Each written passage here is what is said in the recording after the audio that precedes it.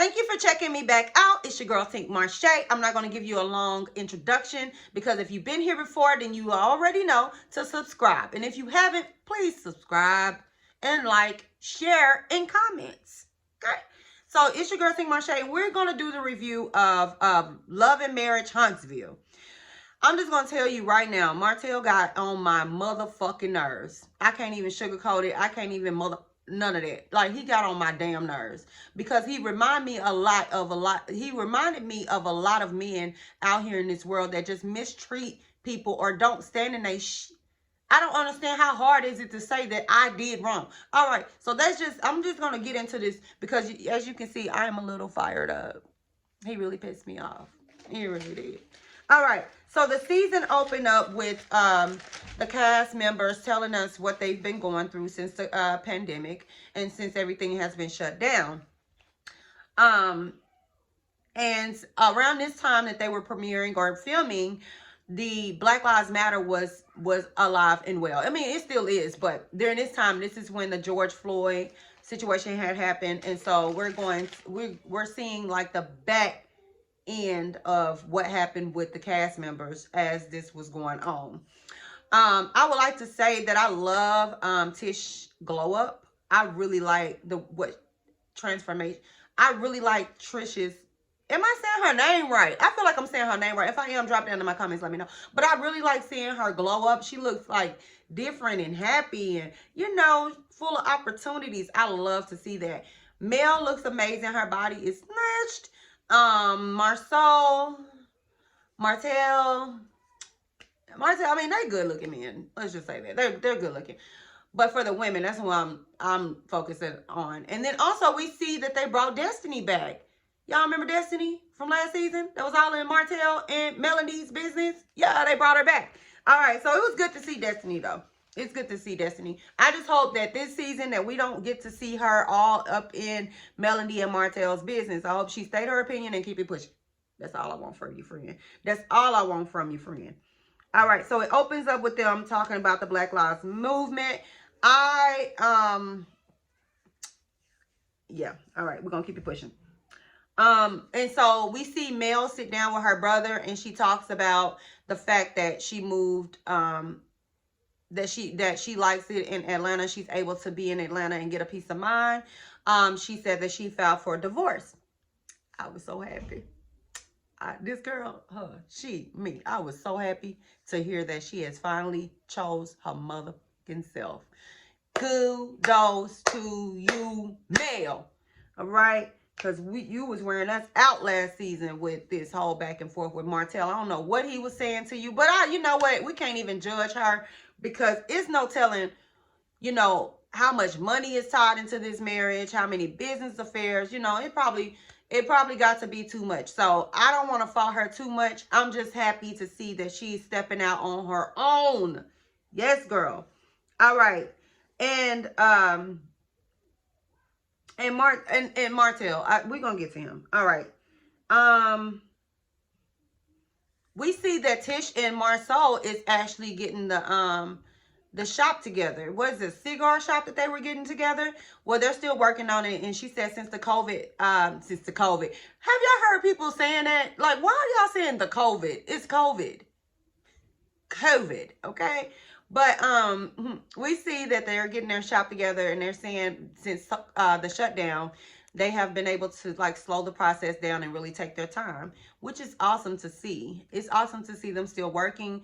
Tish looked amazing. Marceau looks the same. Martel looks great. Melody looks great. Destiny looked great too. Okay. Martel sit down with his mom and he explains to her that he don't have a lot of time to himself, that he's having to keep up with the kids, the household, and his business. And he also explained to his mom that him and Melody is finally getting a divorce and his mom is shocked. She's like, why? Why is this happening? This is my family. And then she also threw him a curveball. I don't think he was ready for that. I think Martel should have ducked for that one. But his mom was pretty much like, I know it was your fault. It's your fault while my family is being torn apart. It was your wrongdoings. I know it was you. And Martel was looking like, damn. But mama was telling the truth, okay? Mama finally stepped out of her comfort zone and let her sweet little boy know that you are dead ass wrong. It's nobody's fault, Martel, but yours. Did nobody tell you to go out there and meet Arian and date her for 5 years and then get her pregnant? Nobody told you that. So stand in your shit. You know, when I do wrong, I like to say what it is that I did wrong. It makes me feel better. It might make you feel better if you just tell the truth. All right. All right. All right, so we see Martel go sit down with Destiny. Destiny is talking, well, before we get to that, Destiny is talking to her interior decorator about how she wants her house to look. I don't know a damn thing about decorating. I try my best. It don't never turn out the way I want. So I'm anxious to see what her house may look like after, you know, she's done picking the fabrics and the lamps and the rugs. I need help my damn self. So Destiny, I know it's hell, especially with a newborn, trying to pick out. No, I mean, I'll see a picture on Pinterest, and I swear I want to get everything in that picture. You know, on that picture, I want to be able to go in the store and shop for that very item. And every time it do not work out. It just do not work out. The shade be different. It might be a different statue that I might find. The flowers might be like, I need help too. So I can't wait to see what her house looks like. And she talks about, okay, so then Martel comes to her house and she says that it feels awkward with him coming with Melody. She said it feels awkward seeing Martel without Melody. And I can see how that can be, you know, a little uncomfortable. You know, I'm used to seeing you and the wife, and I'm used to kikiing with your wife, and you talk to my husband, and now here it is, it's just you by yourself. And Martel basically was trying to give her an ultimatum, like a slick ultimatum too, like, you know, you might as well roll with the team that you've been knowing the longest, and throwing little stuff like that out at Destiny. And Destiny looking like, what does that mean? Because if you hadn't done what you did, then we wouldn't be in this position. So what do you mean I have to choose? Because I like Mel too.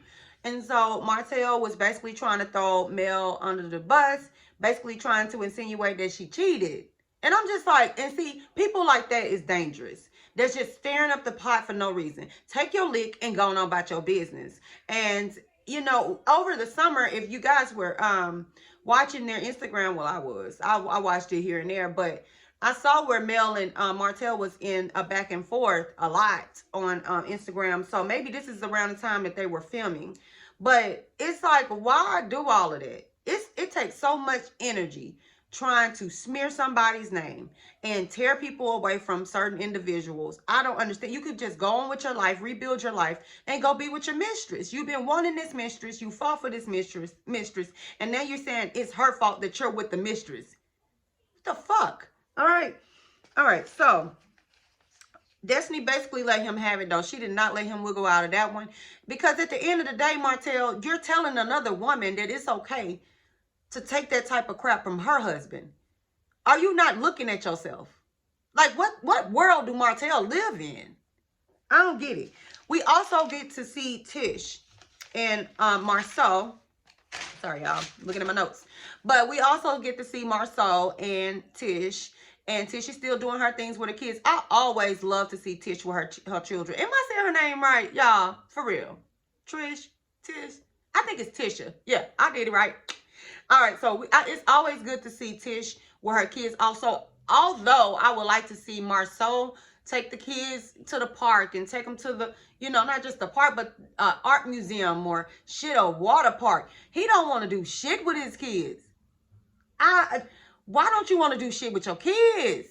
You know how many single parents out here, I ain't gonna say single parents, but do you know how many parents would like to be around their children 24/7 and they can't because maybe they live in a different state, or, you know, some things happened a long time ago and it's keeping them, foolishness is keeping them from their kids. And then here you are, got a beautiful family, and your woman is trying to venture out and, you know, and hold on to different opportunities and promote herself, and all she needs is a break. And are we gonna see that this episode or this season? Are we gonna see Marceau do the same thing he did to Tish last episode? And do y'all think that Marceau still is dabbling with other women? Do y'all sense that?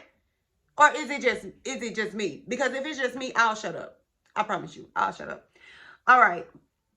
Then we see Martel not only go to Destiny, but then he also goes to Marceau and Melody. And what's ironic about that is you were so steadfast on being upset with them that you did not even want Melody to go to an event of Tish. Do y'all remember that? He was giving her hell about going and participating and, showing support to Tish. And now here you are in the same people, those type of people, you got to watch them. Because misery loves company. I know y'all know that. Ugh, he just irritating. He act like a little kid. This shit you should have been learned about.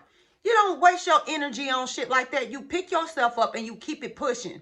You didn't want her. Let her go. So, but anyways, he didn't want her to go around them, but he goes to them to tell them about, about the reason why he had a premonition about the fact that Mel is the reason why they stopped being friends. No. Marceau, if I remember correctly, Marceau and you got into a fight. Melody was just being a good wife and just rolling with the punches. I know Mel is flawed. Don't get me wrong. But I'm just saying, like, this dude is weird. He on some weird, like some old stalkerish types. Who the fuck got that much time? Don't you run businesses? You got a lot of time, Martel. I will give you that. You got a lot of time to be complaining about not having time for your kids. Anyways. All right. So Mel goes sit down with Destiny and she's explaining to her, that she's not really ready to go back to the house, but she's talking to her about the agreement that her and Martel made, which is she will come back to Atlanta and Martel will get out the house. She said every time they get into a fight, Martel always wants to stay and she has to be the one to go. This time he got to go because she got the kids and it's only right, Martel. It's only right. Like, just go. You only packing yourself. Let her have the house. Damn. Just until the divorce is finalized, at least. Damn. But so Destiny they having a heart to heart and Destiny did not reveal the fact that Martel came and talked to her first. Now that I can respect. Stay out of it, sis. Stay out of it. Because it might get sticky. Your name might get thrown around. Just stay out of it. Okay. Then we finally see Mel make it back to the house. And now Martel is trying to throw her off. Like, distract her. You know how people do when they lie. They try to distract you from what it is you asking them. You ask them, is the sky blue? And they say, well, those are some nice shoes you got on. Like, damn, answer my question. Is the sky blue today or no? But, he's trying to distract her and not really go through with the plans that they set forth before she made it. And she told him, like, don't change the plans now that I'm in Huntsville. Get your stuff and go. Mel, her little voice cracks me up. But she said, get out, get out. And you can tell that she got a lot of pent up aggression. And I'm telling you, I think this was around the time that they were going back and forth on Instagram. So she probably was a little frustrated with him because they were airing each other out on there. It got ugly. And so you can tell that she was, I feel, how you tell yourself you're not gonna snap, don't snap, don't snap, don't snap, don't snap, and then you see that person and you just boom. I think that's what happened. She just had a moment, but I'm going to expect Mel to even out eventually. You got to understand, this woman, she has been through a lot with this man and have a lot of business endeavors wrapped into this man, kids by him, ain't no telling what else we have not seen on film that has gone down, and Mel has rolled that wave. And I'm sure vice versa with him. But the things that he is doing, he playing a dirty game. He is trying to smear her, ruin all her businesses because, nowadays people just hear something and just take off with it. So he's really trying to dig his heels down in Melody. He is really trying to throw her off her game and have her disassociate herself with a lot of people. And I don't understand, how is that affecting you? If anything, it's good for your kids. Anyways, so they going back and forth, and she just told him, you need to get out. Martel is a piece of work. Because first of all, he make up lies and then he believed the lies that he made up. And like I said, those are the most dangerous people you want to be around. I already don't like a liar. I'd rather you keep it real. I don't want no white lies. Just give it to me straight. Don't BS me. And that's what he was trying to do. And she just kept telling him to get yourself. And so she also spilled something during that scene, didn't she? She said, just like you had that around my kids. Martel, you a dirty, dirty, dirty dog if you had that baby around y'all's kids. That's crazy. That's crazy. And then this the same woman you said was what do you call her? A servant? A peasant. Called her a peasant. You know, and then you have my kids around her. No sir, no ma'am, no ham, no turkey. Mm-mm. Then Martel drops the bomb and says that he wants full custody of the kids. You just explained to us that you don't have time, number one, for your kids.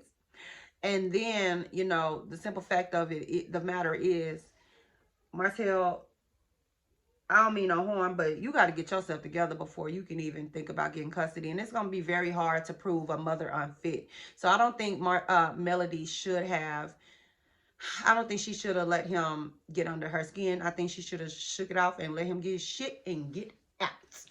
Better get like us Tauruses, because we don't play this shit. I know I don't. I know I don't play that. You better get like your, get you a Taurus. You better get you a Taurus friend, because we'll help you stab his tires, put Snicker bars in his gas tank, you know, ride by his house, honking the horn.